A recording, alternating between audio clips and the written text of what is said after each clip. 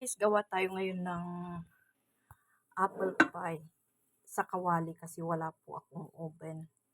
Yan po.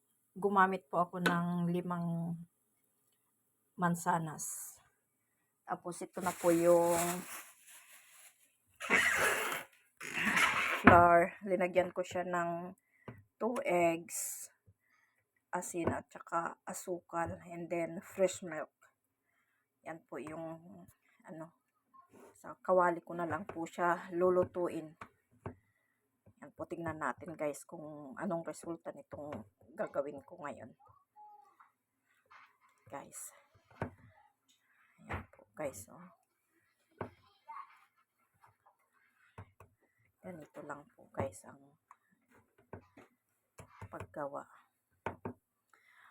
Linuto ko lang saglit guys yung yung apple para hindi po siya pangit na matigas kasi pag hindi siya niluto sa kunting asukal.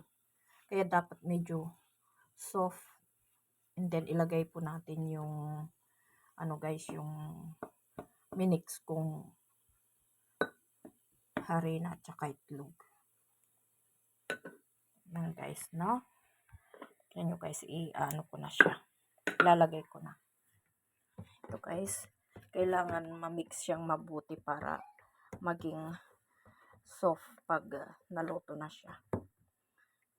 Ganito guys, linagyan ko kasi siya ng yung niluto kong apple, minix ko. Parang kalahati yung maiwan doon sa kawali, and then kalahati din guys yung minix ko dito. Ganito lang siya guys. Tapos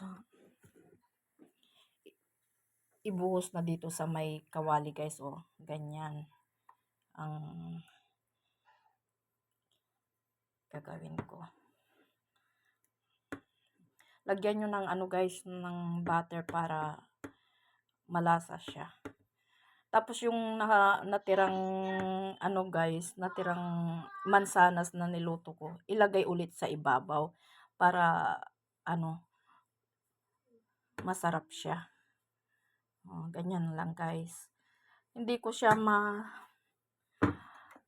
sabi guys kung ilang minuto itong pag ko, kasi ngayon lang ako gagawa ng apple pie dito sa kawali guys, dahil nandito ako sa bahay ko, kaya ganyan lang siya guys.